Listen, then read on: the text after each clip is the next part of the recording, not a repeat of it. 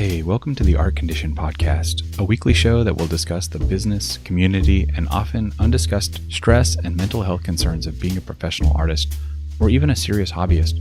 I'm Joby. I've been in the tattoo and illustration professions for 25 years. My co-host is Moose, a data analyst, social media manager, and art agent. If you enjoy the content, please consider visiting the Patreon page in the show notes to help support the effort. Or if that's not an option, please like, subscribe, leave a good review, or just share with your friends. And definitely go visit the links of our guests on this episode. Thanks for listening, and have a great day. This week, Wade Acuff returns to the podcast. Wade first appeared on the third episode of Art Condition, and on that episode, we were talking about the rise of online conventions during COVID. There were two other artists along with Wade, and we'll have a link for that in the show notes, so please go check that out. But on this episode, we focused just on Wade's career and the wealth of information and lessons we can learn from his experience. We start immediately with the story of how Wade got the opportunity to work on Lord of the Rings before he was even out of college. For most people, that would set the course of their career and no further questions need be asked. But Wade has consciously made efforts to keep exploring new territory. His curiosity has led him to always look for new experiences in both the type of art he creates and the type of work he does to pay the bills. This is one of my favorite types of stories to hear. It's encouraging and inspiring to hear about people who are always looking for new experiences artistically and professionally, and who make their way by always trying new ways. If you're a chronic experimenter, refusing to stick to one path, this is the perfect episode for you. But even if that isn't you, I'm sure you'll find Wade fun and interesting nonetheless. Let's listen. Anybody hasn't listened to our previous episode, I think you were on like the second episode that we had, or third maybe. Anyways, one of the really early ones you were on with Sarah Dollinger and Leslie Casilli talking about online conventions. That was a good conversation. We'll link that in the show notes. But for anybody that doesn't catch up on that, tell us a little bit about yourself, Wade. Give us some of your background. How did you get lassoed by the art cowboy and hogtied? Well, currently I'm a freelance artist. I do motion graphics and animation, as well as illustration, which is more of a later, more current career move. It's kind of like something I've always done, but it's put a little more emphasis on it in the past few years. But what got me locked in, I mean, it's always, someone always brings up, hey, how did you start drawing, or how did you get into art? And it's one of those things where as a kid, I always drew, was always looking for scrap pieces of paper. My mom would bring home typing paper from work, and I would, just go to town. And I just never really stopped. I never thought of it like, oh, I'm practicing for a career, or, this is what I want to do. Obviously I knew those jobs existed because, watching G.I. Joe or cartoons or Disney stuff, it's like, oh, animators exist, and, people are getting paid to do that. But I think I was just hooked, being able to crawl inside my own imagination and play and make new things and, explore worlds that don't exist. And it just kind of led to like, oh, maybe art school is a thing. Maybe, should I stay in graphic design, or should I move to animation? Well, obviously I had to go animation. So it was like, just this, every step, there's been like a little incremental, like, maybe this is how I still continue to explore all the imagination stuff that I want to explore, and still have, get paid and still have the freedom to do it. So I'm still figuring it out. I think I figured one little thing out, and then I moved to another one. But that's a little bit of like how I got hooked, why I'm still in it. I've never had the, like, I'm done with this, I'm going to go, get a corporate job. I was always like, how do I maneuver from where I am now into another, gig or position. but yeah, that's a little bit of the basics of that.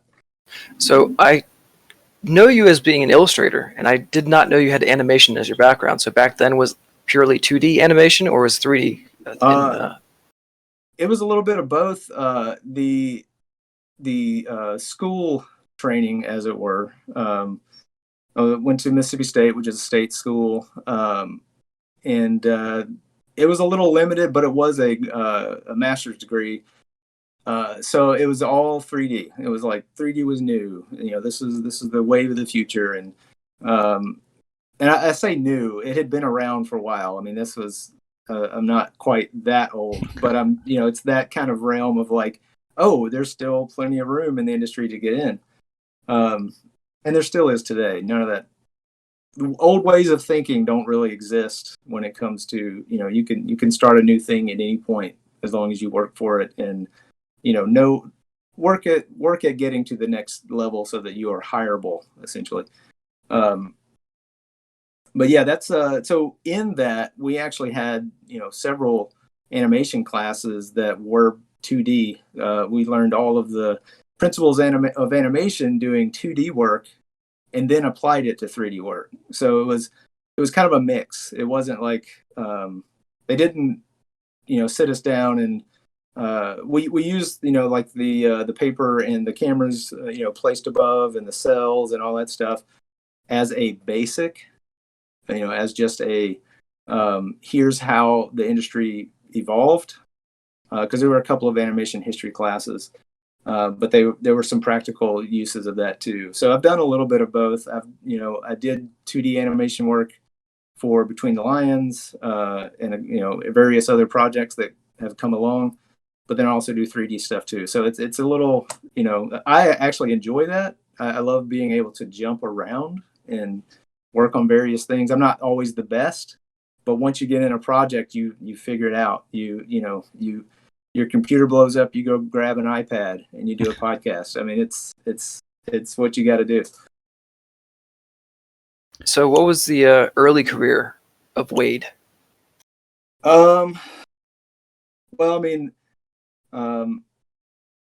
the early career, if you really want to get my first art job, technically, I was 16 years old and I worked for a carpet factory called Greenville Mills. They eventually was called U.S. Axminster. And they made carpet for Vegas casinos and the White House. And the only thing I notably worked on, I think it was like the Pontiac Silverdome or something. I made a carpet that was in one of the little foyers, or I don't know. I don't know where it got implemented. I never went. I just worked on a computer and made that. But my mom had worked there, and it was kind of like a, hey, give my kid something to do for the summer.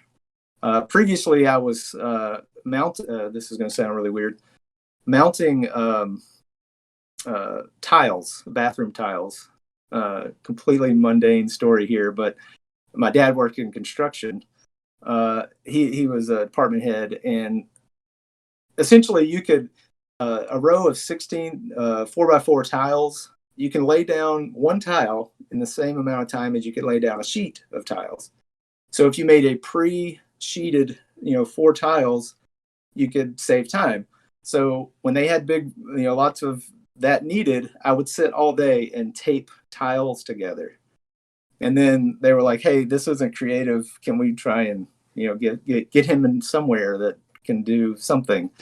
So they threw me in front of a computer at in the art studio at US Axminster, and I didn't know anything. I didn't know. They were using like a proprietary software of literally placing pixels to make like all of your design. And they made some amazing carpet design. It was like you would see some, they're like, oh, that makes sense. And then you would see other ones and it would just be super intricate. And, it's all about little tufts and how that one color changes. You add multiple colors, just like paint, to make other colors. And that blew my mind. And I was interested in it from like, oh, this is really cool to do, but also saying I cannot move pixels around like this and have it be. I wasn't thinking career anyway. I was thinking, oh, this is fun. I want to learn more. But that was moving into college. So in school, I not to keep going on, but we'll say I went to school, and then career wise, when I was getting my master's degree, I had a peer who had he had left school a year before me, and I was still there. And he calls and I kept in touch. We were friends, and he calls and says, and I knew that he had went to work for Weta, and he sent me a message saying, hey, they're going to be looking for modelers. They're going to increase the modeling department. I don't know when this is going to happen. Just letting you know, I have no pull. But you can put your name in the hat as soon as it's open. And I didn't have a modeling reel. I had nothing. I was like, well, what am I going to show him? He's like, well, it's up to you. If you don't want to show him anything. And I was like, okay. So I spent a month like kind of skirting all of my other duties. I had 18 hours of studio classes and all this other stuff. And I got it all done. But in that like extra little, making a little bit of time here and there, I made a really bad, it wasn't that bad, but it was pretty bad, modeling reel, and got it in there. And it was a handful of other people that I didn't know them, obviously, but there were other people for the position. I didn't hear back. I was like, okay, didn't happen. It was worth a shot. Finally got a message like a couple of weeks later, and they said, hey, we're looking at you, and we'll be in touch. And I was like, okay, cool. A month or so, I think it was a little under a month went by, and I'd already been like, it's not happening. It was cool to apply. And I got a phone call saying Matt Aiken, the model supervisor, wanted to talk to me. And I think for my time, it was like midnight or somewhere in there. And I was like, sure, that sounds great. Absolutely. And then they wound up hiring me on. And I went out to Weta and worked there through Return of the King. And then that job led to, there was a headhunter job, a headhunter looking for people to work on Lazy Town. And I was like, I don't feel like going back to the States just yet. Sure, I'll go to Iceland. So I went there, worked for a little bit. And then I came back and actually finished the degree. And then got a studio job, local production company in Jackson, Mississippi. That's where I am. Got a studio job there, and did that for a while. But we worked on movies and short films and mostly commercials, honestly, which is a lot of where my, and I know this was one of the kind of other questions, local freelancing is it's a grind, but it you can get jobs doing motion graphics and stuff for whatever. But that's a little bit about the career up to now. I started freelancing. It's been almost 10 years since I stopped working for that company.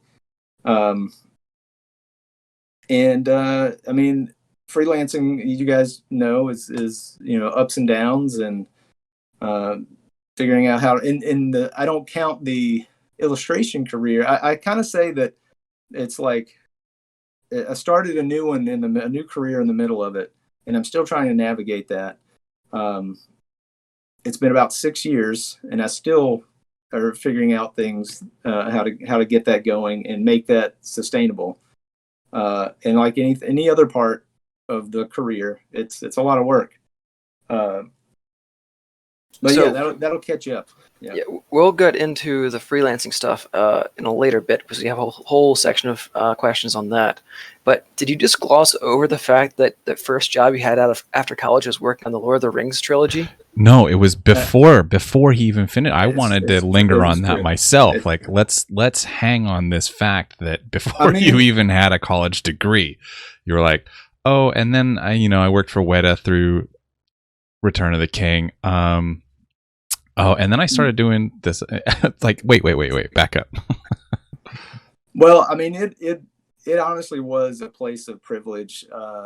Just having known somebody that was working on it, and he said, "Hey, if you want to jump on board, you have a chance." And he didn't really say much more than that. He kind of like gave me a push and said, it could be fun. It's a great environment. And trust me, I recognize that fully. Like, there's not a lot of people that will ever be in that position. But we will talk a little bit about that if you through some of your other notes. We'll loop back around to it. If you have any specific questions, obviously just ask it right out. But no, we'll talk about it more now. Did you know going into it, like when you were trying to apply, that that they were going to be working on Lord of the Rings? Oh yeah, no, I knew the project. I knew exactly what it was. I knew it was only Return of the King, so they had already done and released Two Towers. That previous, I think found out about the job potentially in like February. Like, I think school had just gotten like cracking again, and everybody's living off of that Two Towers high. Anybody that went and watched it, and I'd already been a Tolkien fan, and that's probably why the friend. I remember us watching the trailer. Okay, so the trailer came out for Fellowship. I don't know, a few years before. They aired sequentially every December, and one friend laughed at it and said that's going to be terrible, and I was sitting there going, that looks amazing.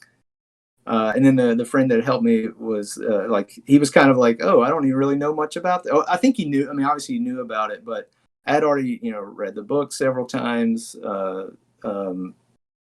Was all in. And that may have been like why he contacted me specifically and was like, hey, is this something you'd like to do? And I was like, yes, please. So if we're watching Lord of the Rings, or I'm sorry, if we're watching Return of the King, like what's the part in the movie where we're like, okay, that Wade did that? Okay. Most notably, well, I did a lot of rocks. So it's going to be hard to be like, oh, here's this one rock. That's my rock. But it's more notable in the extended edition. The Mouth of Sauron gets beheaded. And I worked on Anduril, the sword. I modeled the actual sword, the digital sword that cuts his head off. That's one of the things. I mean, it was the shards of Narsil, but then became Anduril. But what else? There's a scene where this rock. There's a scene where there's a cave troll picking up and loading a trebuchet, which is the big catapults. That rock specifically, and I did the dynamics model because there's a lot of stuff that you don't see that it's a dynamic model. It's not the physical, it's not the model you see, but it's modeled to simulate the dynamics. The harness that he's wearing, the Mumakil, the big olifants, a lot of their skins that are on the big I forget what they were called, but basically the big baskets they were in. A lot of that stuff I modeled. The simulation model for when no spoilers. Sorry, anybody that hadn't watched it. when there's a cult, let's see, it's after the ring is tossed in and they're running down the plinth. I did the simulation model for the plinth that falls into the lava. So there's little stuff like sprinkled here and there that it was funny because my cousin. I came back, watched the movie with them, watched the premiere with family, and he was like, "Just nudge me." He was sitting next to me. He's like, "Nudge me every time there's something on screen that you worked on." And so I'm sitting there like nudging him every few minutes. He's like, "You can stop now." I was like, "Okay." It's fascinating when all of the pieces come together. Like you can. It's not that you did the cave troll and all of his accoutrement but it's like the one part of the cave troll that you did. It's just, I don't know, it's fascinating to me, like how No, you could have like 5 different it still people blows. working on, one little thing. Oh yeah, it still blows my mind. It really is like an assembly line almost uh, procedure. And they had a thing called shot sub where it was literally like a play blast or the shot, the digital shot that you're working on, and it would have the back plate. It'd be empty, and that's where it would start. But you could look up a specific shot that you're working on and watch it develop. So, someone would, publish the model. The model would finally go to the animator. Now you would actually see that shot with something in it. It's not rendered. It's not any of that. Then textures department would get a hold of it, and you could just check in. Oh, where have they gotten with this shot? And you could watch a scene. It wasn't real time, but it would be like, oh, someone somewhere would render it or put it up so that it would, be propagated. And you could watch the whole movie in little shots, or at least the digital parts, which is it was really fascinating. And I had no clue what any of that stuff was. Like, I'm coming out of college, and I'm just wide eyed and being like, "Tell me what to do. Just you point, I'll do it." And fortunately, I worked with a great team. I mean, I know we'll get to the more of the like specific questions, but very, very fond memories of all of that time in New Zealand. I mean, that's a pretty fancy feather in your cap, like being able to say that even if it's just a handful of rocks, which it was more than a handful of rocks, but I'm just saying, like, if the only thing, that you had from Return of the King in your portfolio was a bunch of rocks, that still seems like that's going to carry some weight for you. No pun intended. Am I mistaken in that? Or is that like that looks good on a resume, right? Yeah, no, you're not mistaken. I mean, that's trust me, I would have been happy to just do rocks. I mean, I'd have been happy to be just a player in that at that time, especially. Yeah, I mean, you're right. Again, it's one of those projects that very thankful and feel very privileged to have been part of. Yeah, it's kind of a once in a lifetime sort of thing. But do you have interest in working on movies in the future, or like more like in that sort of like higher tier entertainment industry area? Yeah, it's weird that you had a question about. I think it said something like, you're not currently working in the entertainment industry, correct? It was something along those lines. And technically, no, I'm not at a studio, but it's always a phone call away. Like, I've worked on a couple of movies or a couple of shows that aren't credited. There was a Fox show called Proven Innocent. They bought a bunch of my artwork to decorate a comic shop in an episode. So they, they put everything up, and they, signed the contracts, did a thing. And also another show. Oh, now I'm drawing a blank. Let's see. Well, I did. I worked on Ma the same way. It's a horror movie. If you're familiar with, or suspense, I don't know what you would call it. Anybody know Ma? It's anyway. Yeah. Yes. Wait. Yes. Yeah. Remind me of the what was the plot again? It was basically lady befriends a bunch of teenagers, and they ask her to buy alcohol, and then they start letting her she starts letting them use her basement for their parties, and anyway, it goes off the rails. Maybe I didn't see it. It sounds very familiar. I'm sure I saw like the preview for it. Yeah. So yeah, I did storyboards for that, and that again was just a quick, hey, they needed someone local that could do storyboards, and not say local, through the Mississippi Film Office. And they knew to call me, and that was all based on, previous work. They knew me. I've been here for several years. So yeah, I mean, it's always a phone call away. Like I don't ever think of it like I'm not in the industry, but I'm not working at a studio, and I probably would if the studio, if someone, if the situation came up that the fit made sense, if it was, maybe more than a one-off contract, there's reasons I would be like, yes, I will go work for that studio. It's not something I'm pursuing. So it's kind of one of those, like, I like freelancing, but if the right thing came along, I would do it.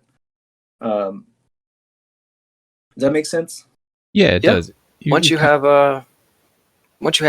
studios reaching out to you, it makes a lot of sense to be freelance and get 100% of the income rather than sharing that with a studio. Right. Yeah.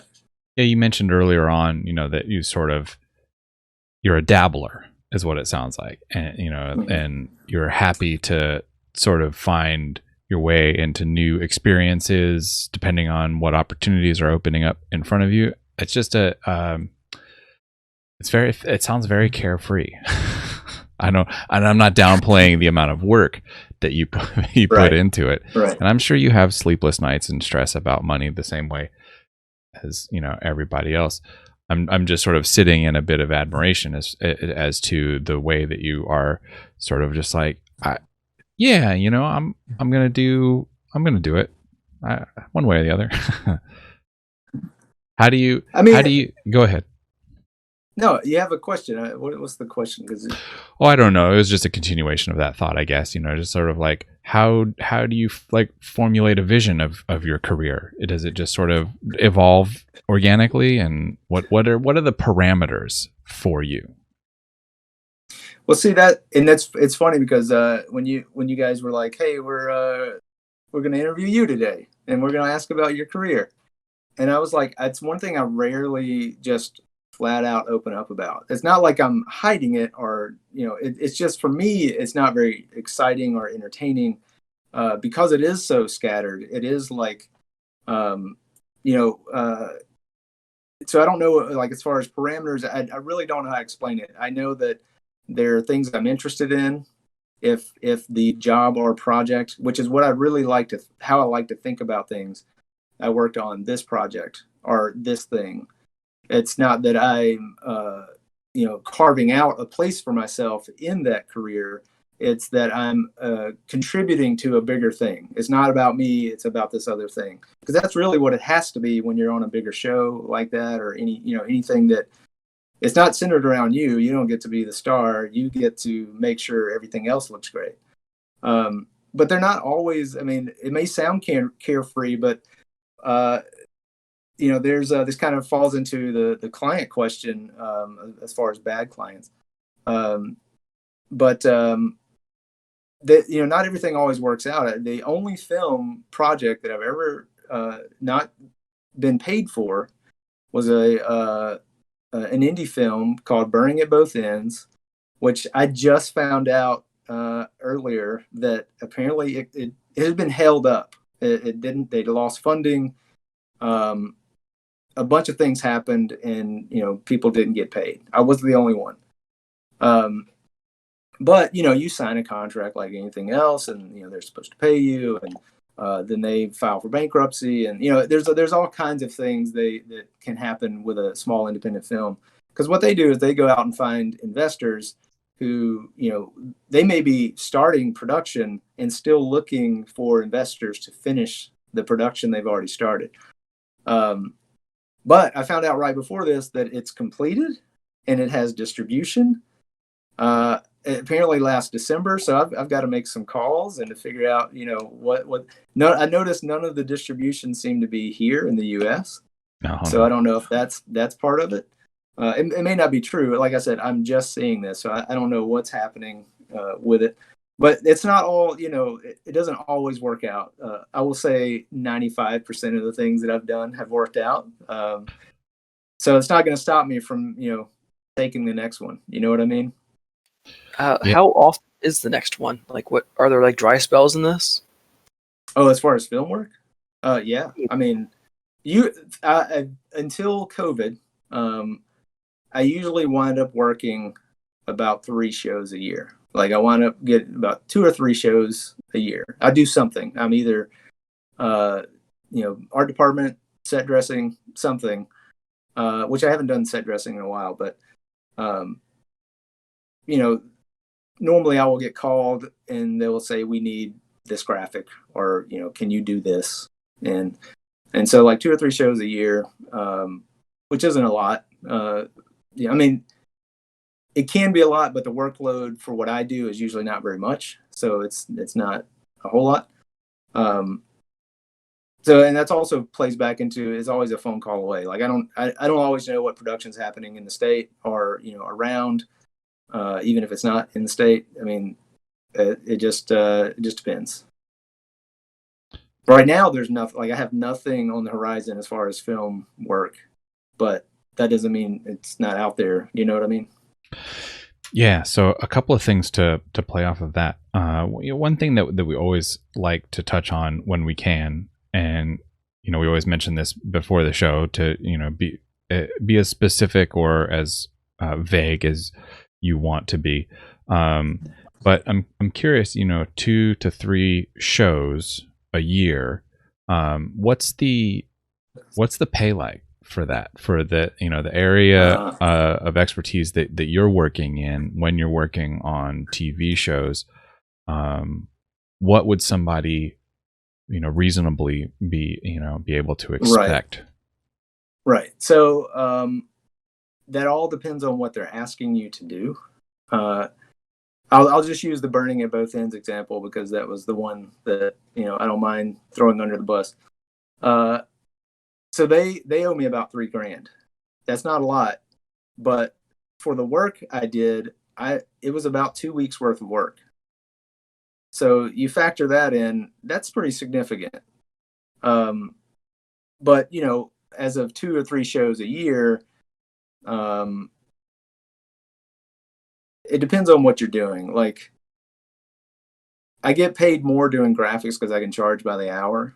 I can set my rate according to what I want to make, usually off of that, within reason. Set dressing, you're getting paid the rate that the film sets. And that's always like, is it a studio film or is it an independent film? Is it a union based film, or there's a whole lot of like different tiers of what you get into. But I wouldn't say it's a large part of my income, but it's enough that it hurts when it's not there. So it's like, for instance, that one, that's still significant, but it's been several years that, obviously I'm doing okay, but it does vary between the jobs and what they're asking you to do. The one-off sale for Proven Innocent was, a contract to use. I think I sent them like maybe like 25 images, all original stuff that I'd done that they had one use of in the show. And, I think that was like, it wasn't a lot either. It was like 2,500 or, something, but it was like, that's it. It's a one-shot deal and then nothing. Like I don't get royalties when the show airs. So, And no, go for it. Come in. Go ahead. Oh, I think my drink is ready. Yeah, no, by all means, grab it. Thank you, sir. Mm-hmm. All right. That came up in chat, and I knew that you probably weren't watching it, so I had to answer on your behalf. Yes, you probably want that. Oh yeah. So, and you mentioned that COVID kind of put a halt to a lot of that. Is there word, in the future of that like starting to come back online, or what are you doing in the meantime to sort of supplement? Well, I mean, like I said, that's not like a significant part of my income. That's usually like uh, it's one of the things. So right now, I am working with Adobe, doing some stuff. And again, these are all like little bits and pieces of things. Um, if you guys are familiar with Adobe Behance, they have their own streaming platform that they're really trying to get up and going. And I got in at as a beta tester for that, but they were paying people to stream. So technically, it's a paid gig, but it's really just paying you for your time. It's not like they're not. It's not the rate you would get for a commission. Does that make sense? And they have a certain amount of hours, and they only pay a limit. And but I guess technically, you could say that professional streamer. Put another little feather in the hat, I guess. But then also, they've been really great, and I do some moderation for them on their Adobe Live streams, which I don't know if anybody knows this, but Adobe does 8 hours of learning live content every day of the week, 5 days a week. Adobe Live, well, I should know this, b.net/live or something. I don't know. I can't remember what it is. So I do some moderation for them, and that helps. Again, that is, it's a little bit here and there, but then I've got commissions, and I have animation work, and local car commercials or whatever comes through, and that kind of like rounds out everything that I wind up doing. So as far as COVID is concerned, because in my opinion, until we're done with it, it's still going. Like until even on a like global scale. But things are starting to open up. There's already been some films in town. I didn't get a call for any of that. But there's been others, like the commissions and things. And we talked about this with during the stream that I was on before, where they canceled all the shows, so people didn't have that. But some people were doing live online shows. Excuse me. But yeah, I think as far as the film stuff, it actually got back to work. A lot of them got back to work pretty quickly, because they can. It's kind of like setting up a camp when you work on a film. And it depends on the budget of the film and who studio or whatever. They can. There's a lot within their control that they can say. Everybody's wearing masks. Now I'm sure they're saying everybody's vaccinated. It's like they have their checks that they can make to make sure they get back to work pretty quickly. I wouldn't say they're all full steam ahead, but it's pretty close. I'm pretty sure at this point. There was a question in chat for you that I wanted to run by you. Your Mercurial Forte. I don't know why that's so hard to say. Yeah. Mercurial Forte, yeah, says, when you say set dressing, in your case, are you talking about art you make for them to use on the set, or do you actually do on-set crew work? It's on-set crew work. Like, it's weird. That was a thing that I kind of picked up as a like a secondary.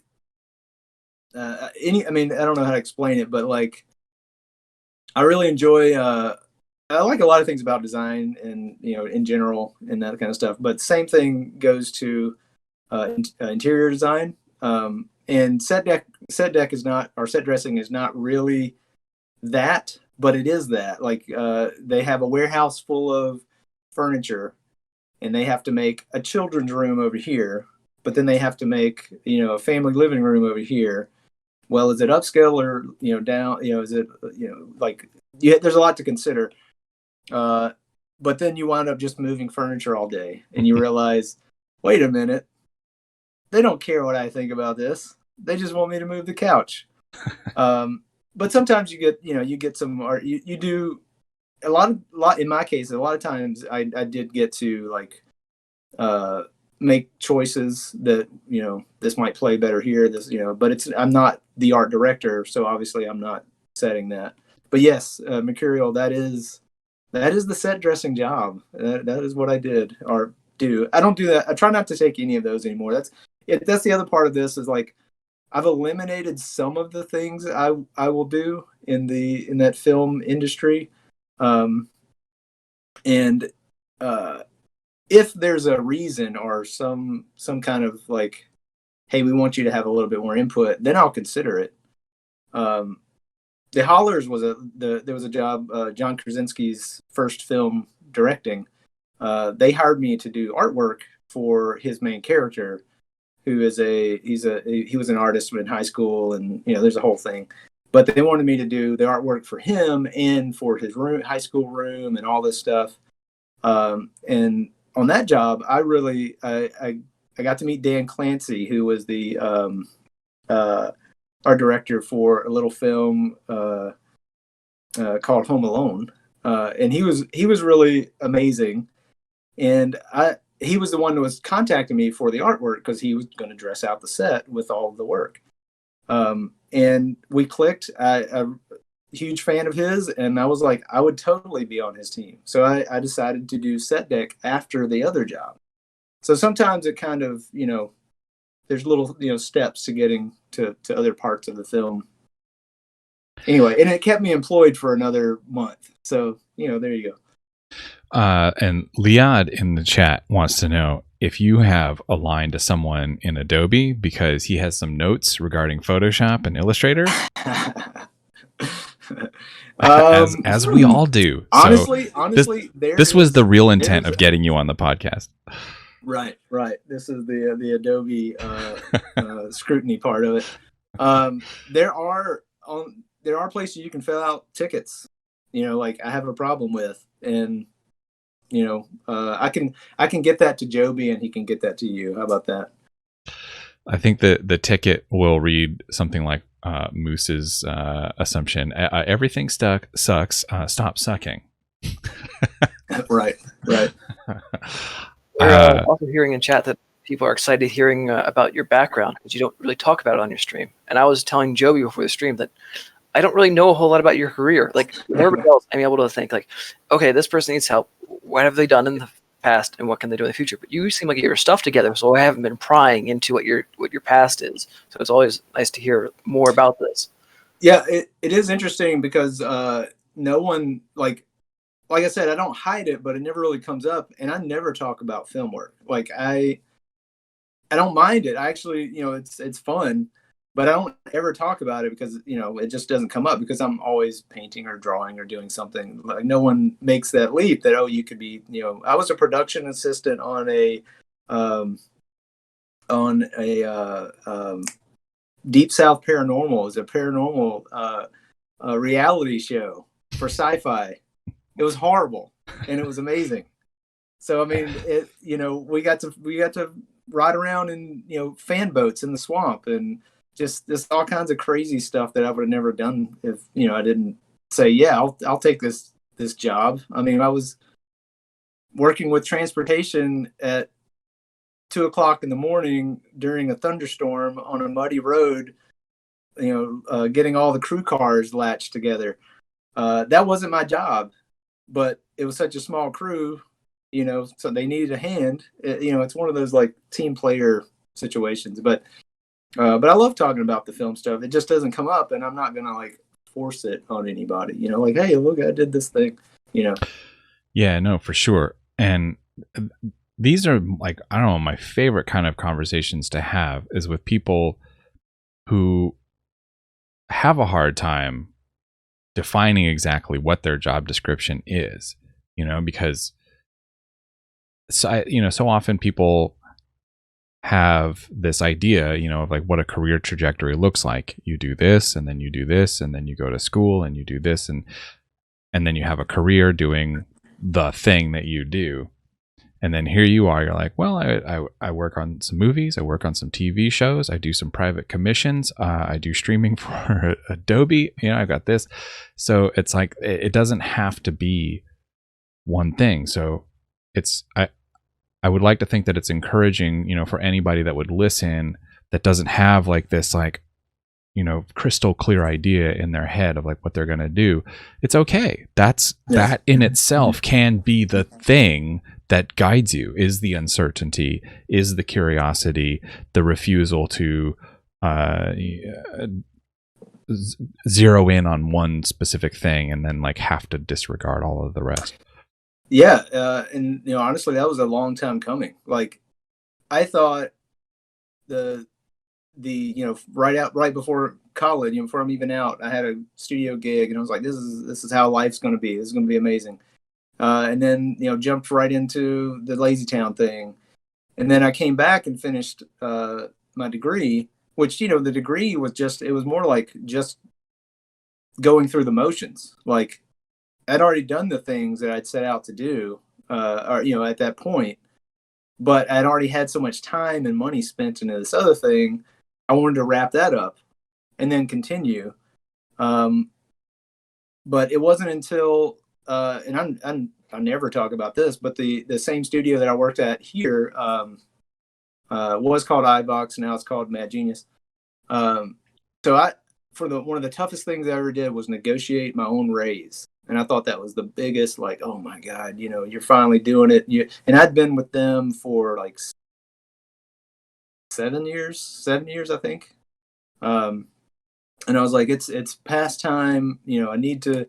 And I thought, oh man, I'm getting paid. It went through everything, they were like, sure, go ahead. This is great.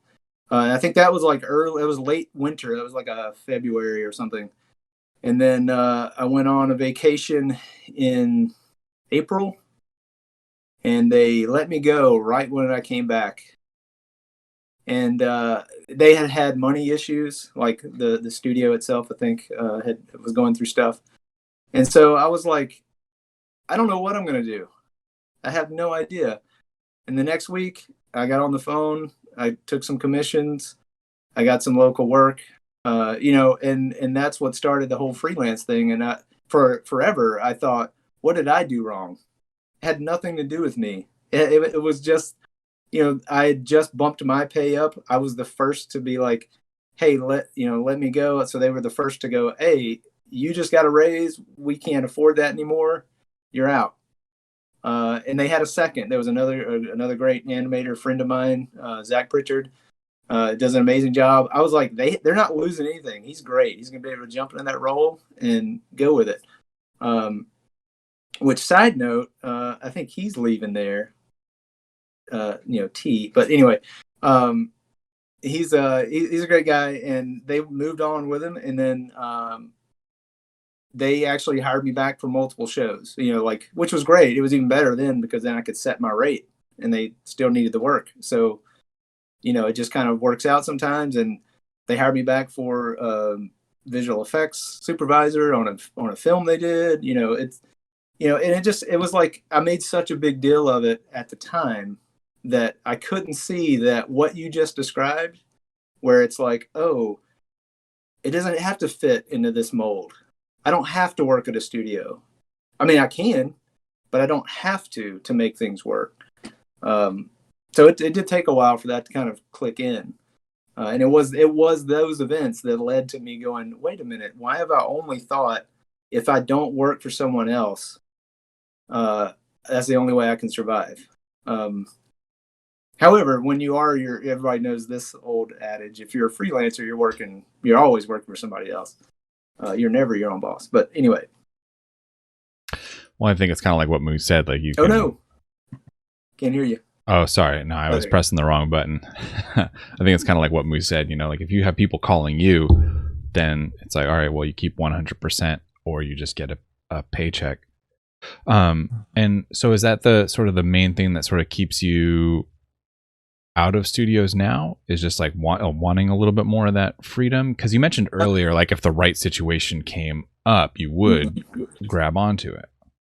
I think that's what gives me that notion of, is this the right situation?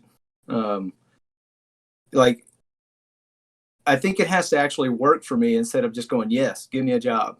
Yes, give me a job. Like, and that's a little bit of, there is freedom in that too. So I think in a way, yes, that is what keeps me out of a studio job, but also the right one hasn't presented itself. I mean, I was talking with a friend I made through a commission, very, very odd, with Netflix this past summer, and they were looking at a certain position and job, but it was all like, well, COVID's happening, but you would have to move out here. And I was like, didn't work for me. I mean, I'm not saying they were offering me a job by any means, but that was the discussion.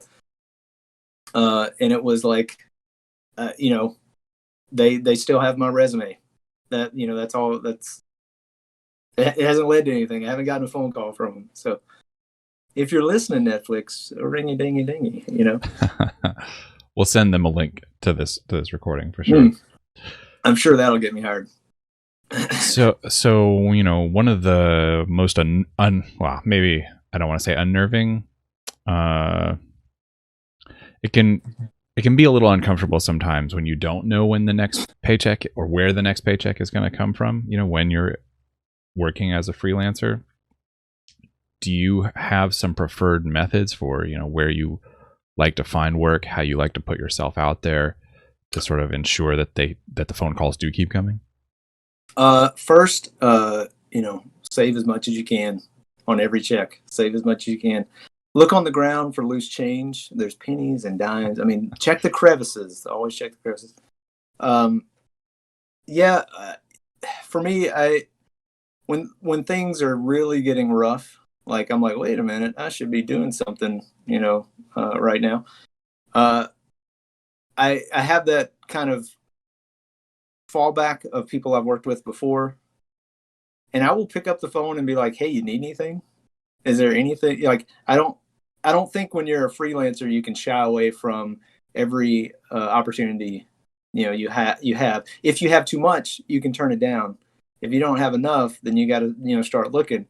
And you guys know that you're always looking, even when you're busy. So that's part of it. I think I was telling you, like, things have been a little bit light lately on the commission side of things. So now is one of those times where I'm like, calling up people I've worked with before and like, hey, is there anything going on? Is there something I need to know about? Is there and it usually leads to, word of mouth, and then somebody will, get in touch.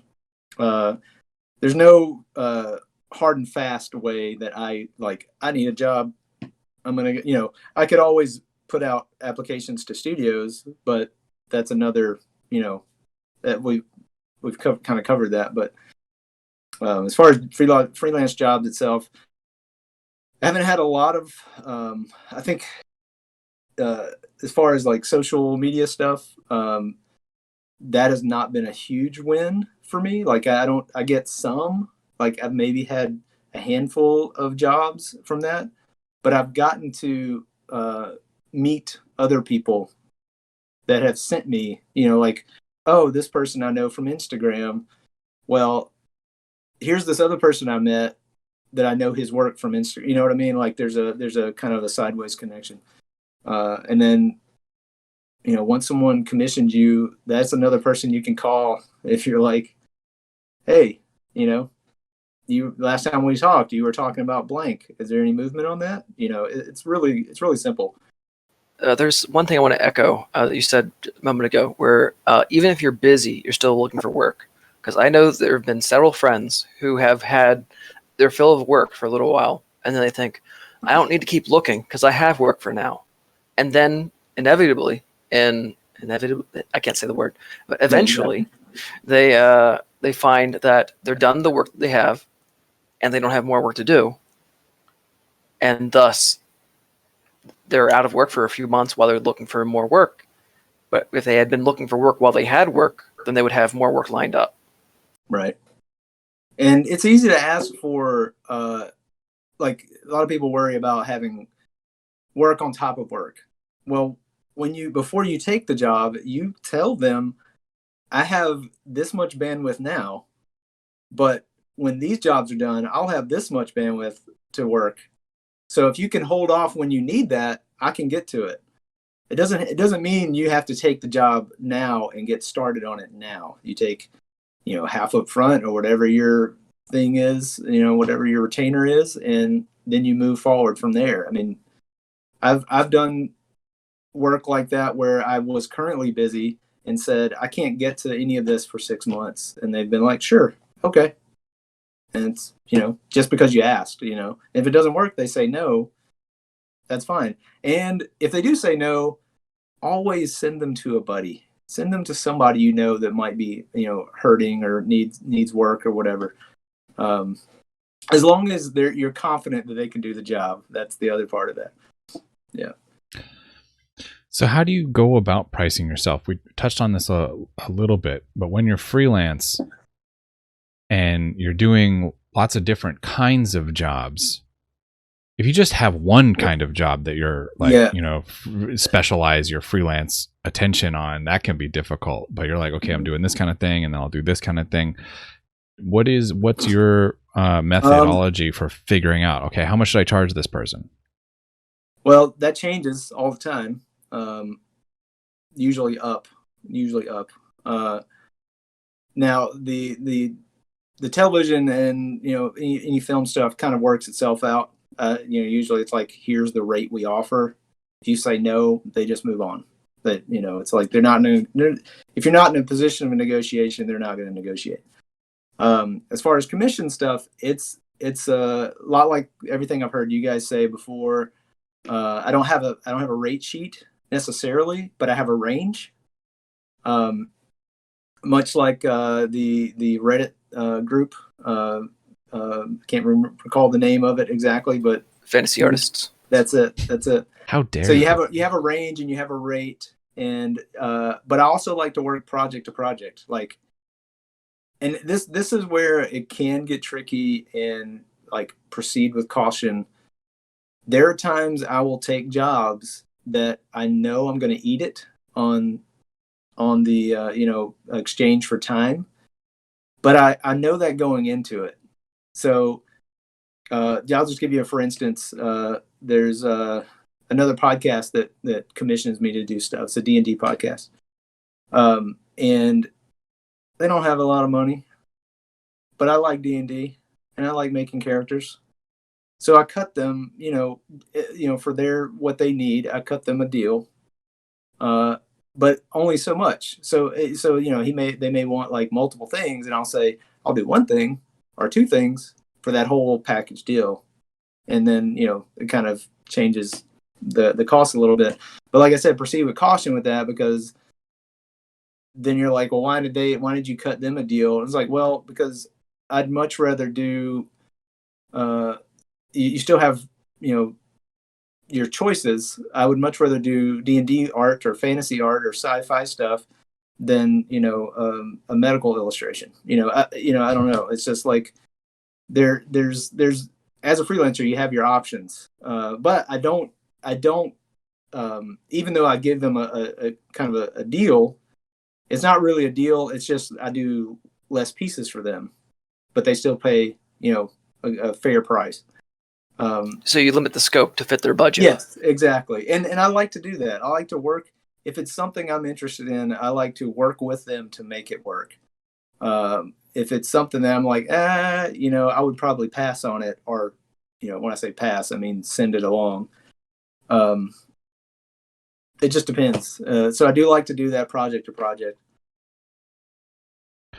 Yeah, you will get no's. That's something that you have to just kind of come to terms with, and sometimes it shoots you in the foot. I just recently went through that myself, where I might have killed the golden goose. I had some projects with a great company. They were great to work with, and they were like, "We want you to do some more work." And I was like, "Well, I'm like real busy now, so I would have to charge a little bit more," and then got ghosted. So yeah, that happens. But on the other hand, this kind of stuff can save you from working with a nightmare client. I'm not saying that client was one, Joey, but just in general, when you say I need to be paid a fair amount, and then they say, nothing and they go away, that's not you losing a client. That's you saving some sanity. Yeah. Yeah. So when you were talking about social media before, and I've heard you elsewhere say, well, I'm not really as diligent about it as I should be. Right. But we don't really know anymore, like what should be is, and you seem to do all right. So like, I always like to talk about this a little bit with everybody. Like, what role does social media play for you? Well, are we including streaming in social media or That's not? that's a good question. Yeah, Moose is nodding yes, and I mean, I say technically yes, but I don't know. Like as when like Twitch and I've never been on Behance. I have to admit, but it feels different. I feel feels like there's like a bit like a qualitative difference between something like Instagram and Twitter and Twitch. But go ahead. Well, I would say that there's also like something like Instagram Live, which is basically the same thing as streaming, just it's on a phone, which is stupid. But anyway, so Twitch is basically there's one live person, and then it's social media. Yeah. Okay, we'll approach it that way. Yeah, I've only used Twitter and Instagram as a communication device, but like visually. Now I will say when I'm going live and stuff on Twitter, just so that there's a place somebody, if they really want to, if they're really keyed in and want to know when I'm on, they'll see it. Of course, that leads to, hundreds of going live posts. But I've never really gotten anything out of the grind of Instagram or posting. And I would say, like, I don't curate. Like, people make these really elaborate, clean multi-frame. That they use it, and no knocking them at all. But I'm kind of like a work in, work out. So I finished one, I'm putting it up. I finished one, I'm putting, here it is. But I'll use it like I do the streaming, because for me, it's more of here's a place where people that don't know me, that I can't show my sketchbook to them, they can see my work if they want to see it. It's a place for people to see stuff. And I don't know if it's just my approach or, what it is. Also, I noticed I'm very like late to Instagram and Twitter. So in the first like 3 months or so, I had, quickly 500 followers, and then something changed. And then for the last several years, nothing. Like, it's like, okay, well, I didn't quit you, you quit me, Instagram. So, it was just one of those, like, I can only expend so much energy and have that be justified to deal with, social media. Yeah, so Instagram, what they do is at first, they do the same thing with dating apps. Like the new accounts, they'll give some extra traction to. And then if it doesn't keep ramping up, then they will cut it off until you show them some reason to keep doing it. And that goes back to that old social media that one post that was on why your Instagram account sucks lately. And it was a list of all these things that they want you to do. They want you to do this many Instagram lives. They want you to do this many stories, this many posts, all per week. And it's impossible for anybody to keep up with. In order for the algorithm to treat you well, you have to go out of your way. And it's not a very organic way to grow. Yeah, I saw that. I know what you're talking about exactly. And after looking at it, I was like, I don't have the energy. Like this is not my full-time job. Me making sure I have Instagram growth is not going to help my artistic growth. It's not going to help me be creative. It's not going to. Now I know it's it's one of those things where it's like, well, it's kind of your job now. If you're freelance, you know what you should be doing. It's like, yeah, I'll do what I can, but if that means I'm not going to have the time to do a study or draw something, I'm not gonna do it. It's just, I don't know. Once I feel like if anything came back for me, like after posting something, and I saw a return on it, then it might be worth more of my time. But I've not really, and I love when people like stuff and comment, and I'm, sure, everybody likes that. Also noticed, just a little footnote, the thing that I got the most likes on ever was a fan art piece when I do mostly original stuff. And I was like, I did that as a commission. It was someone asked me at a convention, and I posted it, and it was a Transformers piece, and I got way more likes than anything else. And I was like, I don't care. I'll be original. And I love fan art too. I'm just saying, like, it's just one of those little side notes. Like, you have a built-in audience for that, so you could play to that if you wanted to. If that's a strategy you want to do, go for it. Yeah, it's a marketing thing. Yeah. That's fan art has the built-in resonance with the audience.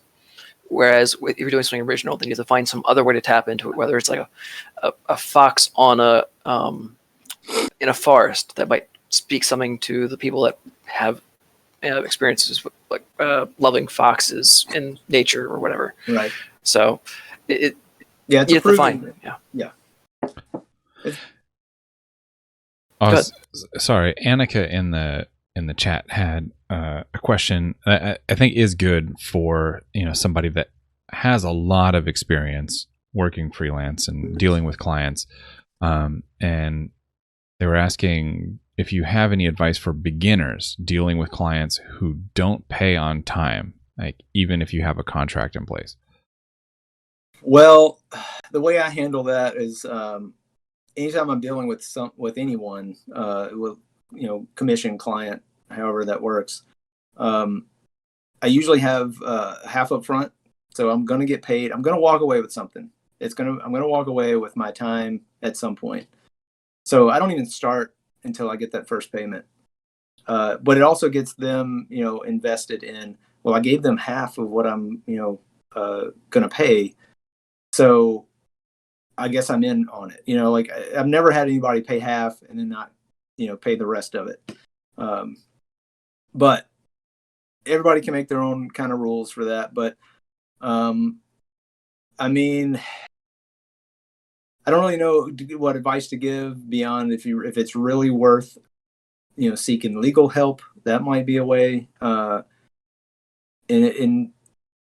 I think if you provide them with a contract and they don't honor it, but it does state that upon completion they owe them, then you have a legal argument. The one thing that I always say about client, like how you deal with a kind of grumpy client or a bad client, is practicing patience. Is really tough to do. Deep breaths, all of that.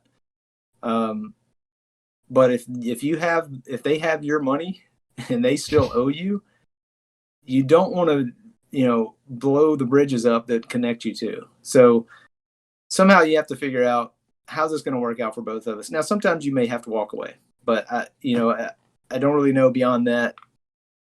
Any more information as far as like what to do when they just refuse to pay. I mean, yeah, sometimes it gets kind of bonkers because if they just keep refusing, then it's like, yeah, you can take legal action, but how much is that going to cost you, and what's going to be involved, and all of the legwork, and ultimately, are you going to spend as much time trying to get the money, or like, in terms of like value for time, the amount of time that you'll put into it is like more than what you're going to get out of it. So yeah, it's kind of fucked up. Go ahead. Have you ever had that situation? I was just thinking about that. I don't think that I have. No. And I knock on wood. Right. Because I think it's like, because I hear nightmares about that, obviously, like this question, and in other groups, I've seen people talking about the one that can get really gnarly is if it's like a private client, just like a private individual commission, and they I can't remember what it's called. They're like, PayPal has this feature where you can like rescind the payment. Like you basically like put in a ticket with PayPal and you're like, I want to get this money back, and PayPal inevitably sides with the purchaser with almost like no recourse for Oh. arbitration. They're just like, okay, cool, boom, you got your money back. And so it's kind of, I don't know, F you, PayPal. Right. Steve also had a question about your movie career. I just want to modify it just a little bit. His question was like, how many ways can a movie production go wrong before it shuts down?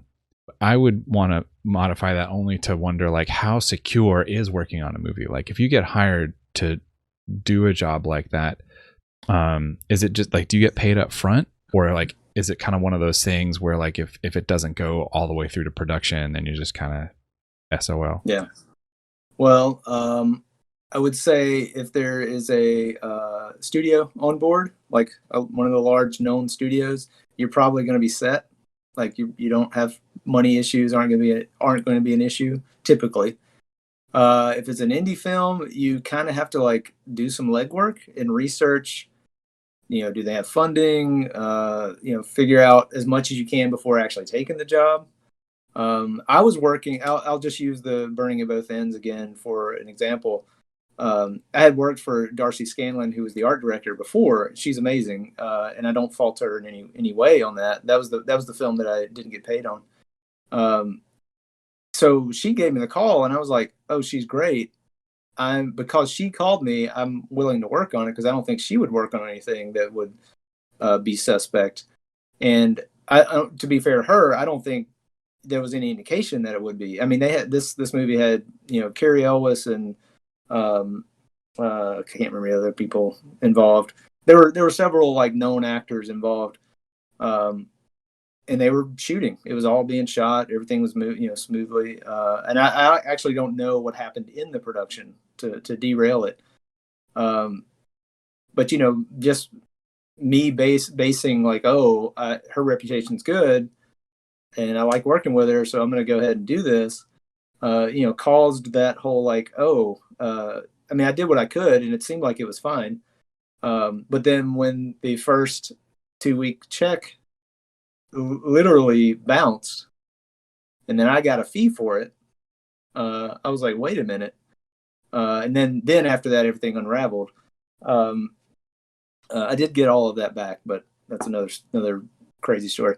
But there's really no way to know if it's an independent and you're not like, I would look at track record of producers. That's always a good. If they've never done anything before in their life, you're kind of like, But if they have several things, and it's kind of just doing some research and doing your homework. As long as we've bounced back to the topic of working on movies and entertainment industry stuff, what do you love most about that kind of work? Oh man, and I gotta go straight to the Lord of the Rings stuff on this one, because that, and I know there's a lot in hindsight that I'm like, well, this is kind of your first studio gig, so I didn't know what not to like. So I thought like, long hours, yeah, that's awesome. We're all working together, that's awesome. But I don't know if this was, and shout out to Matt Aiken, who was the models department head, also godfather to Peter Jackson's children. I don't know, but the whole time I was there, it was like, guys, we're on a team, and I don't just mean the models department. Everybody was working to make the best production they could. I didn't want to let down the people on my team in the textures department, animation. I mean, it was like, if I can't, step it up, or if I can't make the best thing I could possibly make, I'm going to let everybody else down. And it felt really good being in a, like, we're all, had this trajectory of making this epic thing. I've only felt that a handful of times. There's like, sports situations where that's happened. But working wise, that was probably the best thing about it. In hindsight, it was like, those were some really long hours. That's probably not sustainable. Sounds like the video game industry, to be honest. Yeah, no, and it totally is. Like, it totally was. And and the thing was, though, they weren't asking you to do those hours. that was all from me at that time. That was all voluntary. That was like, sure, I can do. And now I never pulled all nighters. It didn't get that crazy, but it was, and they did take care of you. I mean, like it was, and a lot of places do this, but it was like, if you stayed at the studio, you never had to pay for food. You were just getting taken care of, and all that stuff. But there's other things like there's a movie called Same Kind of Different as Me. It's a very weird name, but it had. Let's see. Let me look it up real quick. But in that movie, I was working set deck. I was working props. Sorry. And there was a scene where we had it was Renee Zellweger, Greg Kinnear, John Voight, Olivia Holt, Jimon Hanzu, a bunch of big players. And that day we had Renee Zellweger and Greg Kinnear, and we were doing a lunch. They were serving lunch at a homeless shelter, and props has to deal with food, right? We had like 9 double-baked lasagnas. And the thing was, the scene was Renee Zellweger's character was serving up food, right? So we got through the first 6 takes or whatever, 6 goes at it, and they were like, "Well, we need more lasagnas." Well, we had to keep propagating the lasagna, and we didn't have fresh ones, so we had to like take the plates back, reform it back into a lasagna so that they could serve it again and have it look still decent. So that was like mind-blowingly difficult, and like they're yelling. I mean, not yelling, but there's pressure on the like, hey, we got to have this now. How soon is this coming out? And we had a really young assistant on that one, and I think he was about to crack. He was a super cool guy, but I was like, we're just gonna make a game out of it. I was wearing an apron. We were doing the whole thing behind the scenes, and it wound up being fun. Same sort of situation on a James Franco film where he was, I think, as I lay dying, he was playing a character who like tears into a birthday cake. They had 2 cakes. They didn't know what he was going to do with it. They just knew that they had to have 2. Okay. So we had to like put the cake all back together between 2 cakes, and they did like 10 or 12 takes on it. It was impossible, but it was also fun in that weird, like, anxiety-ridden, like, we're never going to make this happen. And then, if somebody comes running through with a spatula of icing, we're going to do it. It's I don't know. It's pretty crazy. That reminds me a little bit of when you watch a movie and they're supposed to be out in the wilderness, and you can see like the tire tracks because they've had to go back and forth in the areas where you see like tons of footprints everywhere. And it's like, yeah. But you were able to actually reestablish all this stuff so that people didn't know, hopefully, that was the 10th time they've served that lasagna. Right. By the 12th take of the cake, it was just like handprints formed. It kind of resembled a cake. It was not good. But I don't even know how much they used of it. I just know that he just reaches in and grabs it. It's wild, like how the actors and the director and the producer, there's like the top tier people that like get all the credit for a movie, but man, all this behind the scenes stuff that just like, that's the stuff that it's built on. Yeah. And on that note, Renee Zellweger was awesome. Like, she thanked everybody. Like, she personally, was like, you guys did a great job today. Like it was something you don't see a lot. She was amazing. Yeah, I was gonna say, without naming any names, like, have you had some real a-hole experiences, or just like F that dude? There's been some. I think it's kind of like comes with the territory, and I'm not gonna name names, but yeah, and they're not. I mean, not all. Like, it's a mix. It's like with anything in life, it's a mix. Mm-hmm. Well, I had I have an industry thing we can throw in there. Throw a celebrity under the bus. Kevin Spacey. long before the whole thing came out, one of my friends who I met through the Zombie Run thing, he used to be a producer on the set of House of Cards, because this was down in the Maryland area.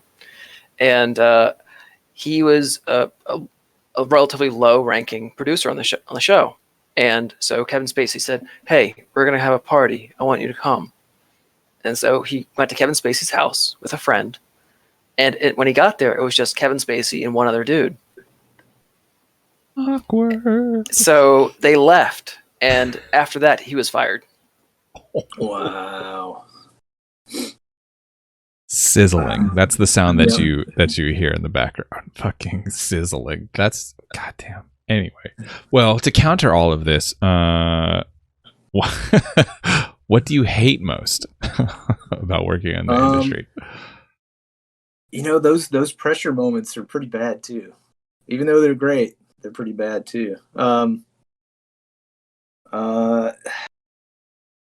think usually what winds up being the things that I remember not liking the most, there will be those awkward interactions that we were just talking about, like, someone's an a-hole for no reason. It's one of those things that you're like, you didn't have to say that, you didn't have to be this way, but you did it because you knew you could get away with it.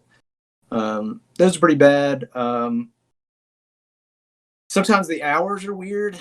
Like, they'll do night shoots. Nobody likes night shoots. Like, they'll flip days for nights so that, they'll usually have a brief break, and then you'll have, like, depending on how many nights, they'll do like a 3-day work week that's completely hours are reversed. So you have no time to adjust, but you have to go to work the next day. On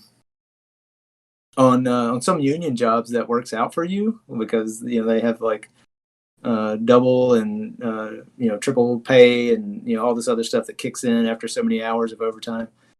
But we're talking about stuff we hate, right? I only like to focus on the things that are pleasant. That's a good way to be. I'm trying to think of something that I know there's something I'm missing with this, but generally those are the things that stick out to me. Well, and that could feed to another note that I had that I wanted to ask you too, about that whole area, is if you had any advice for junior artists that wanted to pursue, a similar sort of career path.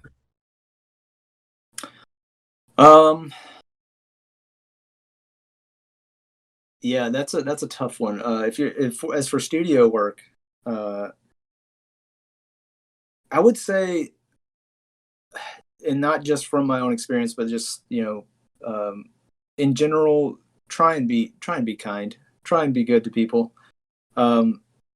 In the sense of like going to school or that kind of thing, look around you. If you're in school, those people that are your peers are probably going to be your leads someday. They may be coworkers. They may help you get the job.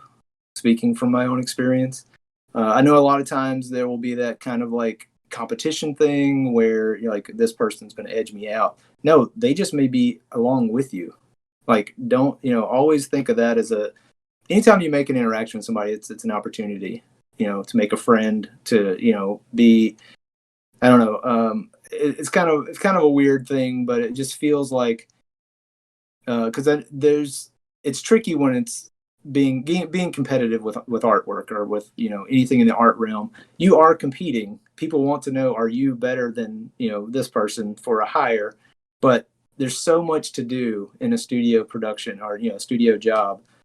Like, those people are going to get hired, and then someone may ask them, who do you know can do the job? And there you go. Other than that, don't get distracted by failures, because that easily is a thing. You apply to, I put out 5 resumes, sent 5 resumes out. Well, and I didn't get any callbacks, or I didn't get a job. Well, that 5 didn't even happen.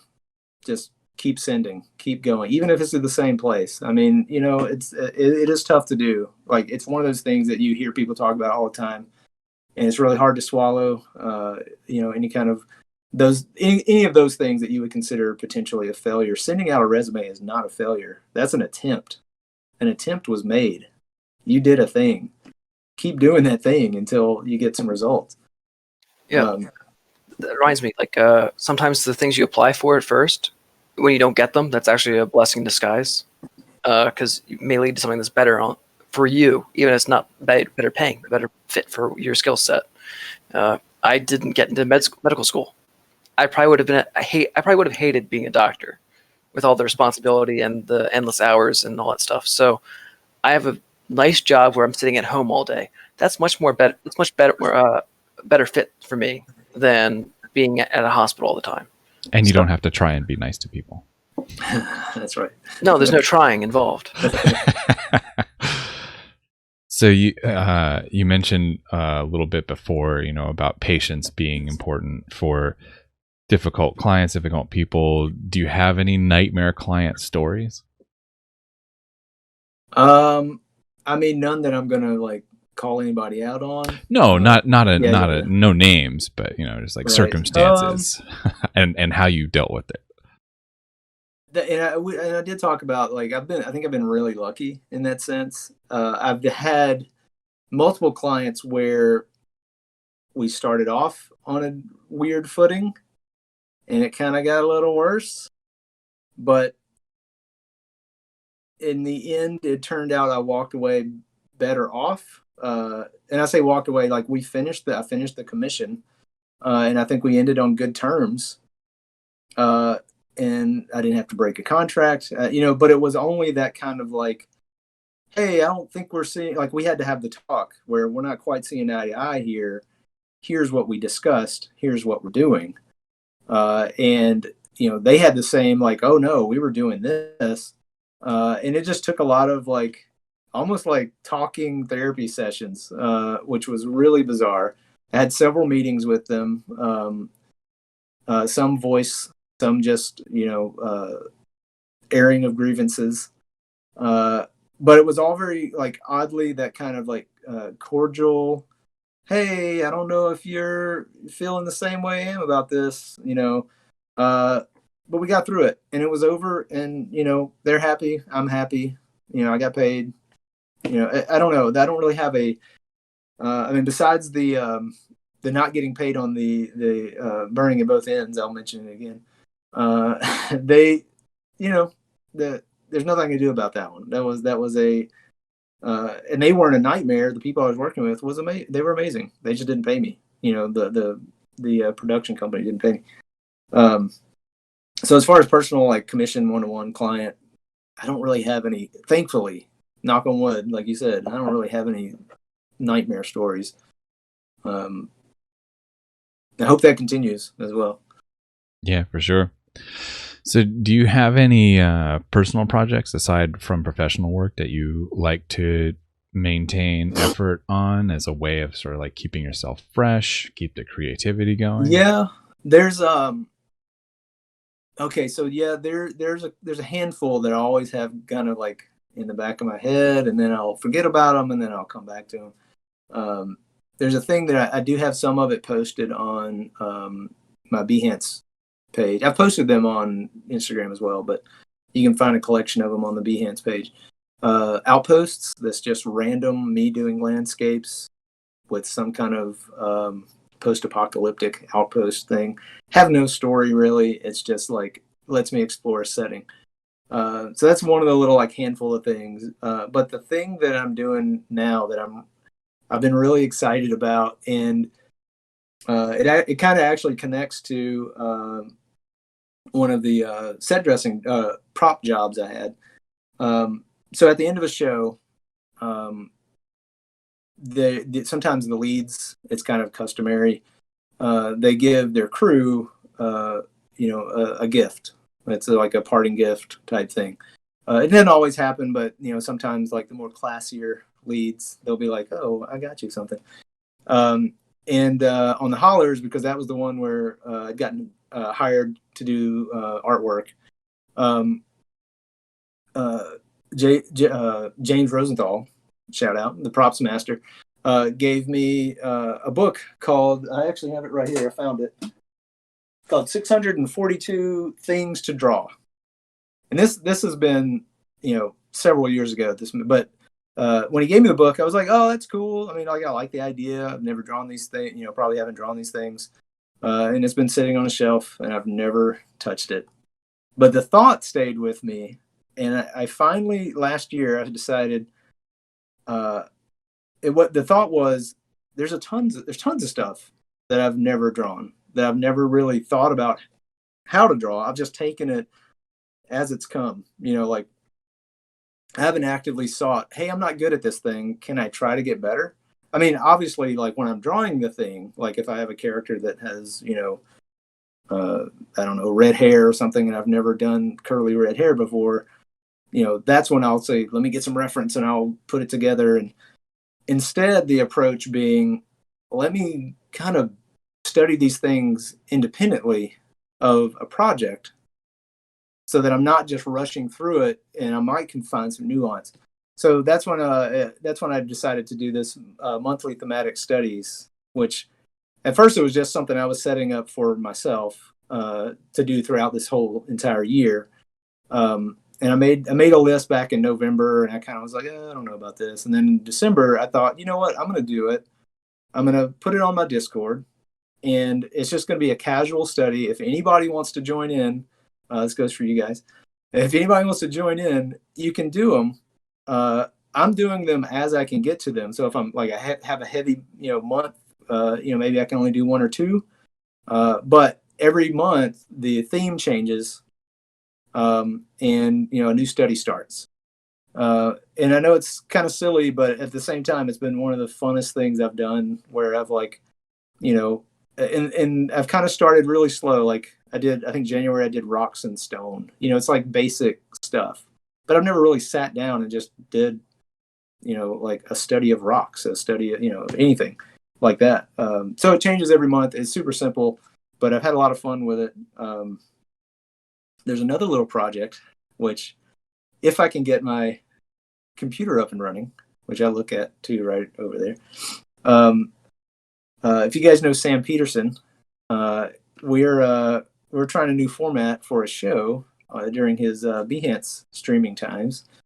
We're going to do a storytelling kind of choose your own adventure, where one of us will be a host and the other one will be drawing or painting based off of chat's input. So, this one day will be Sam drawing and I'll be hosting, and, taking polls from, chat. However, we haven't quite figured out the format. We're doing the test run this week. So that'll be on Tuesday and Thursday during Sam's Behance streaming times. But that's another little, like, this is the test of it. We'll probably come back to it again and see if we can, make it better. But you asked about projects that I'm doing, and I don't know if anything about that's going to be professional. So, screw professional. Probably better off the less professional that it is, because I've heard and sort of experienced myself, that having fun things to do, like fun creative outlet stuff that you don't have the like pressure of deadlines or the pressure of or external pressure, is like very helpful and beneficial for keeping your brain working, new ideas, exploring new places and stuff. Do you find that also helps you professionally, like having, as you say, silly things to do? Oh man, silly is it's a big part of my life. Yeah, I think completely. Like, I like the idea of like, I can goof around and do this thing that has nothing to do with the professional thing that I'm doing here. In fact, it probably enhances it. Like, especially in the creative side, like just there's this idea of just creative play that I think we all lose at some point, or at least it fades. I don't know how to, and if you can keep that going. And you can ask Sarah, who handed me my drink. I'm a giant goofball. I make weird noises. I talk to the cats. I do all this stuff. There's nothing. I would hesitate to open that up to everybody, but at the same time, it is part of what I do or who I am. So it's I don't know. Anybody that knows me knows that part of me. So it's now you do too. Have you ever had long stretches in like your artistic development where it just felt impossible to improve, or like you had been stuck in a rut and just things just felt backed up? Interesting phrasing. Yeah. Artistic constipation. Yeah, there it is. That's it. That's the one. I usually use this little phone right here and make a call. And no, Is that the bat phone? no, that's it's a emergency line straight to Adobe if I need anything. So, uh, they don't do tech support for computers though. I like that they have this like old school like landline cord phone too. Right. That's perfect for Adobe. That is kind of perfect. But yeah, have I had those stretches? Sure. I think everybody has a block every now and then. It's weird too talking about this because there was, before I jumped into the illustration part of things, I would always draw occasionally, but I'd be like, I'm kind of just sketching. Nothing's coming out. I don't care. It's not really my job. I do more animation about, that kind of stuff. But now it's like, oh no, I have to do that. Like I have to get on stream and I have to draw something.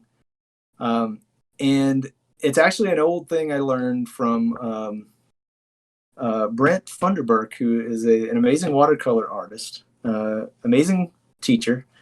I think he's the first that taught me this, but it's just rudimentary mark making. Like, just start putting something down. Doesn't matter what you're doing, even if you're like blindly just kind of sketching away. Don't worry about it. Don't worry about it.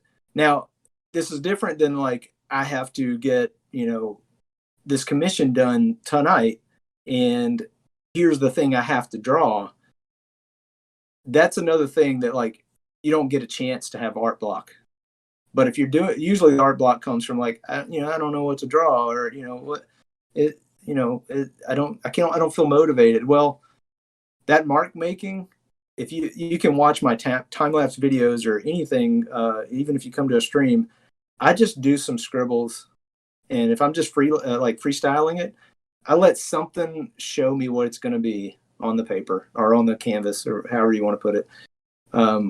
And then I just keep working at it. Like it'll be a form, it'll be a shape, it'll be something that pops out that I'm like, ooh, that looks like a really cool, gargoyle or something, and it comes alive from that. And if I hadn't just started making marks, it would never come. So for me, just that rudimentary mark making is the best way I've figured out how to get through any kind of art block. Like even if it's not, like say I have a project that I'm like, I can't think about this correctly, I might just go sketch for a while. And then eventually, even if it's not from the thing I'm actually drawing, I don't know, jar something loose, get something moving. I think a lot of it has to do with like, you're trying to get to that idea, but just because you're generating some kind of idea, it may jar something loose. I don't know. That's always helped me. Whether that helps anybody else, I don't know. You just mentioned having to kind of like get on point and get into the zone for the sake of a stream. You said, okay, got a stream coming up, got to get ready to get to it. Is that something that applies more to when you're streaming for Adobe on Behance? Because I think you said before that they have like kind of a schedule for you. There's like a certain amount of time that they expect you to be streaming. Oh, it's just, you can make up your own time. But they will only pay you for a certain amount of time. And I can stream whenever I want. But I don't feel any different on there than I do on Twitch. It's not, it's always the same idea for me is I'm going to be drawing, even if it's something I can show and work on and it's for a client, then I'm going to be doing that. If it's something that's just, freestyling, I'm going to be doing that anyway. So I'm going to push the go live button and you're going to get to see it, and you're going to make, I get to hang out with people. There's a lot of benefits to it for me personally. But yeah, it's not a big difference. When it comes to pay, you can say it's okay or it's not great, but what is the pay like? Like when Adobe pays you to stream, like what does that look like? I don't really know that I'm going to like be like, here's the X amount of dollars. No, yeah, be as general or vague as you want. Let's keep it vague. It's not bad. It's, I would say, more than minimum wage. I would put it that way. Which, that's. Is that something that they approach you for, or like is that something that somebody could like hit Adobe up or someone at Adobe? I don't think now that's a thing. Like I think that was for their beta testers. They approached multiple people, and again, I happened to be like in a handful of people that were like doing it, and they were like, "Hey, is this something you'd want to do?" And they were like, "Yeah," So it kind of just became that like, again, privileged position. Whether they and it's month to month, so I don't know if they're going to ask me again because they've already started whittling down the numbers of who they're paying. So I don't know if they're. My hopes are, and this is just laying it on the line. And if you're listening, Adobe, I may have to call you. I'd love to be like the Twitch equivalent of partner with them. I mean, that would be amazing. I don't know if that's their plans. I don't. It's kind of like like anything else we've talked about. As long as it's happening and it's something I can do, I'm going to keep doing it. But, if it doesn't happen, I will pick up the phone and get something else, Yeah, I don't think I've ever watched a stream on Behance. Don't be offended by that. I watch your stream. There's a lot of people. I watch your stream on Twitch when I can catch it. Right. But Behance, I always kind of like forget that it's happening. But it's obviously like worthwhile enough for Adobe to keep doing it. What is it? How does it compare to Twitch? Like, what is it like over there? Man, it's really weird because I know we're on a Twitch stream right now. It's a different crowd. It's like Twitch is kind of like general population, right? This is how I think about it. But you get a few people that are interested in what you're doing, and some of them are there to learn. I'm talking about Twitch right now. So it's a general population, and you get like a handful of people. Say you have 100 people, maybe 5 to 10 of them are actually interested in what you're drawing. The other are just hanging out. On Behance, it's kind of a flip. If you have 100 people, 90% of them are probably watching to learn something, but like 10 of them are just there to chat and hang out. And right over there. And there's benefits to both. Like, and it goes back to the whole, like, I don't get much out of social media, but Twitch and Behance, I love being able to broadcast what I'm doing to anybody that wants to watch it. And it's weird because I want to say, Twitch is international, but I feel like I get more international views. Not that that's like something I'm going after necessarily, but I get more of that on Behance.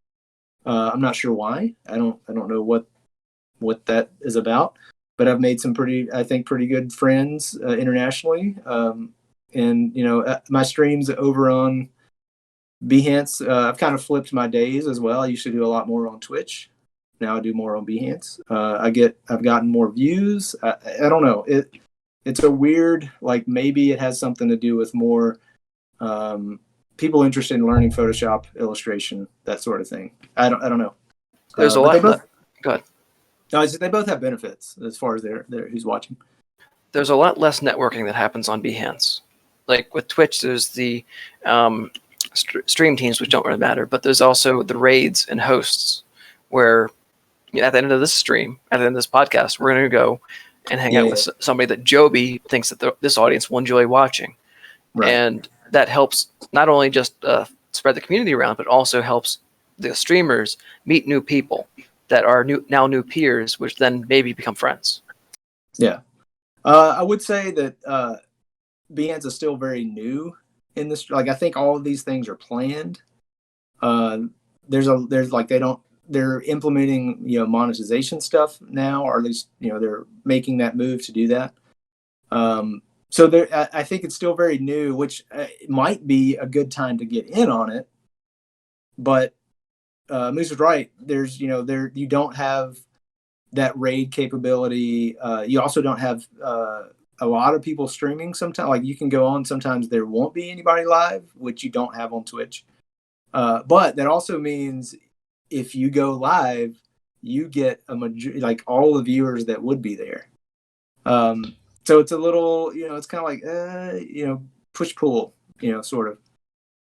Yeah, on Twitch, there's the gaming side, which it basically, I don't know, kind of more or less is Twitch. It's what they started out as. So I get it that they promote gamers, and they like do things to sort of like actively push those things. Although when you come to the Twitch front page now, you also see like a lot of like podcast stuff, but it's like sports related or like whatever finance advice now is. I don't know. Then the art section, they're like, oh yeah, you guys. Yeah. It's like, we just don't fucking exist. And that always kind of like boggled my mind, because it's like, why? I mean, why? I don't understand what that is. Like, they just sort of like tolerate our presence. On Behance, is there actually like any like active promotion or? Yeah, actually I mean, yes, I don't know how far reaching it is, but I do know that they do promote, like Behance itself will promote some of the artist streamers. They're working more towards that. So there've been a couple of times they'll tweet out, hey, this person streamed, like on their official pages, this person's streaming and this is their schedule, like they're actually taking notice of who's doing what, and they put it out there. Now that means that people have to be paying attention to those outlets. It's far different than Twitch. Twitch is massive, but it also feels like it's still very wild, wild west. It's like you said. After Moss left, like the art section kind of went down, and at one time it was really big. It was like, oh, they're featuring and they're doing stuff. And I was never a part of that. Like, I was in way later. I missed that by a couple of years, I think. But I hear tales of the good old days when Twitch did care about artists, and occasionally I'll hear another story or two, but now it does seem like, you're just anybody, and that's fine. I mean, they have to deal with a lot of just anybody's. It's like everybody has their own topic, and that's kind of what I think it has to be. Because if you promote just the artist, then now the I don't know, accountants will be upset because they're not getting the same screen time. You know what I mean? So it's, I don't know. Sure, yeah, you can't promote everybody equally, but I don't know. There definitely are some things that they do that from the outside seems like they're actually like trying to like keep us under a rock or something. It's just like, what are you doing? I don't understand why they haven't keyed into the video game and artwork connection. Like, I'm sure somewhere somebody's doing something, but that should be like like, here are all the artists making, here are all the gamers playing games. Here are all the artists doing concept art that goes into the games.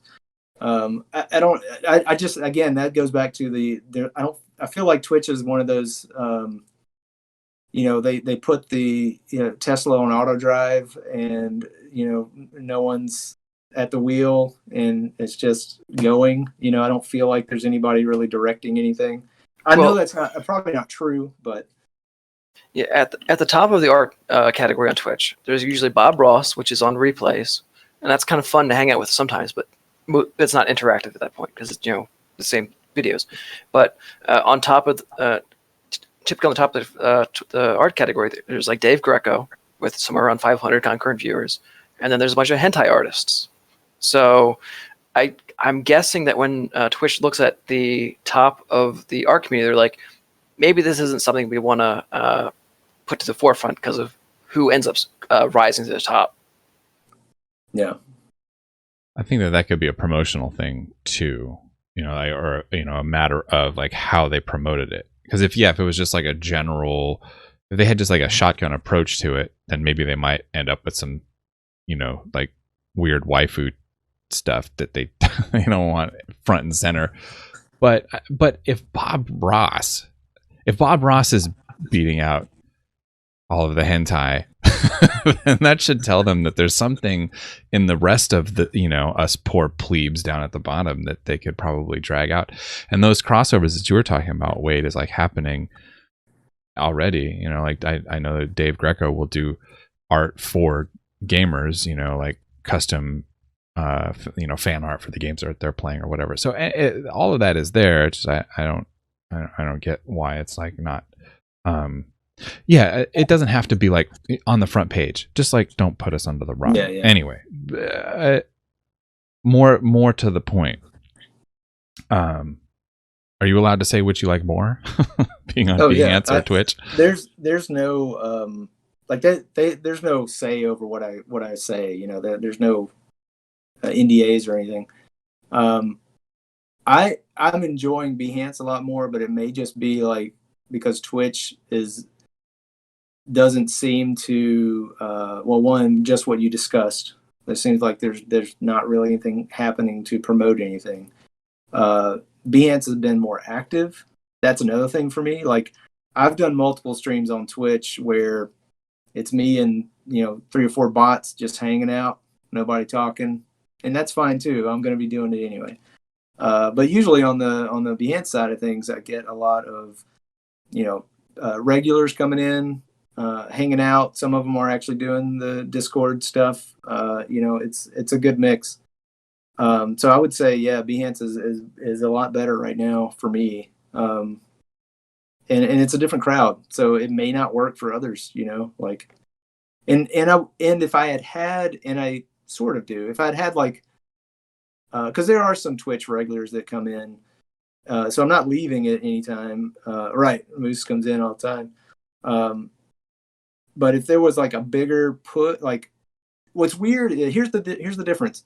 Except for the exception of Moose, there's been only maybe one other person who has said, I'm going to go over to Behance and watch Wade stream. However, I've had Mercurial, Annika, Steve, like people I can name personally who have made the transition over to Twitch to watch me on Wednesdays. That has not happened the other way.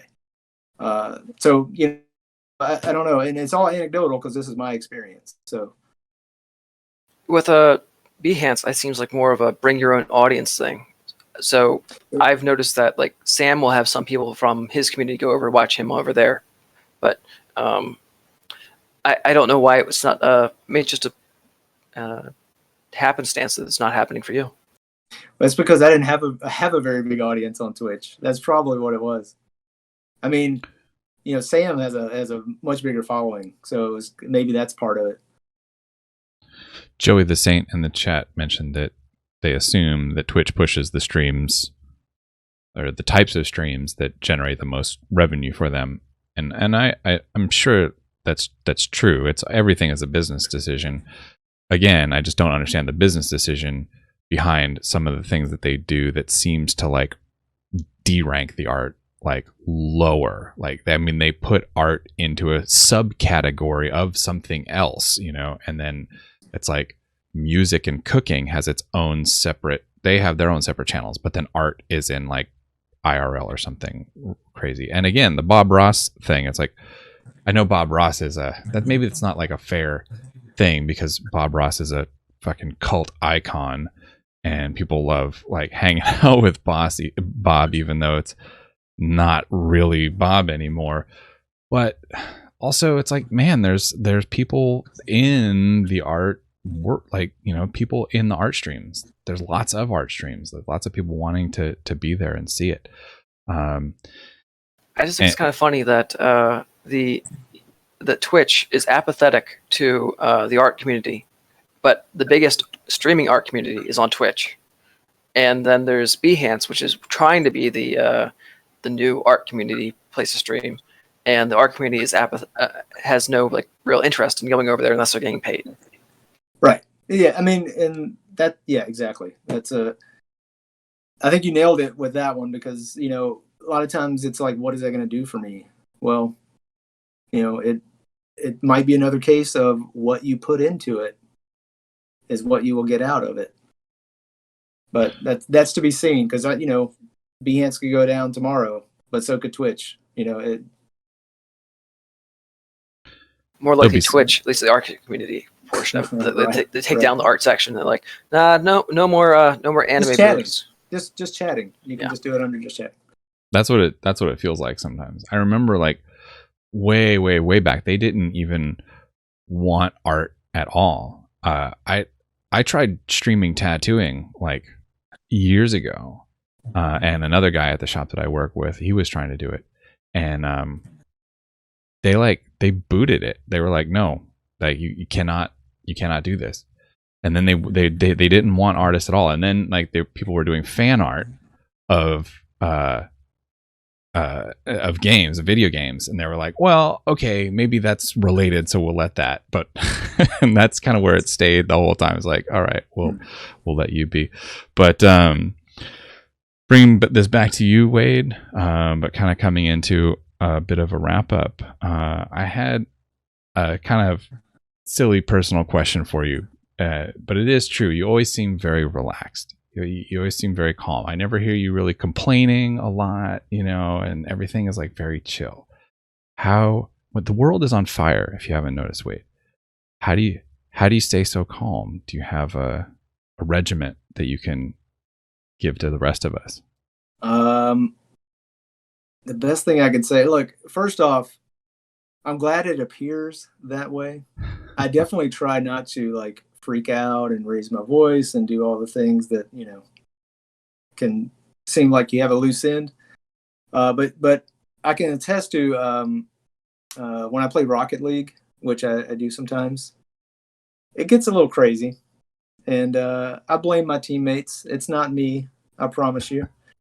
But no, honestly, the best thing that I've ever done is just a regular exercise, just regular, like even if it's a walk, even if it's something like just breathing, practicing, doing in and out breathing. That's repetitive, kind of calms you.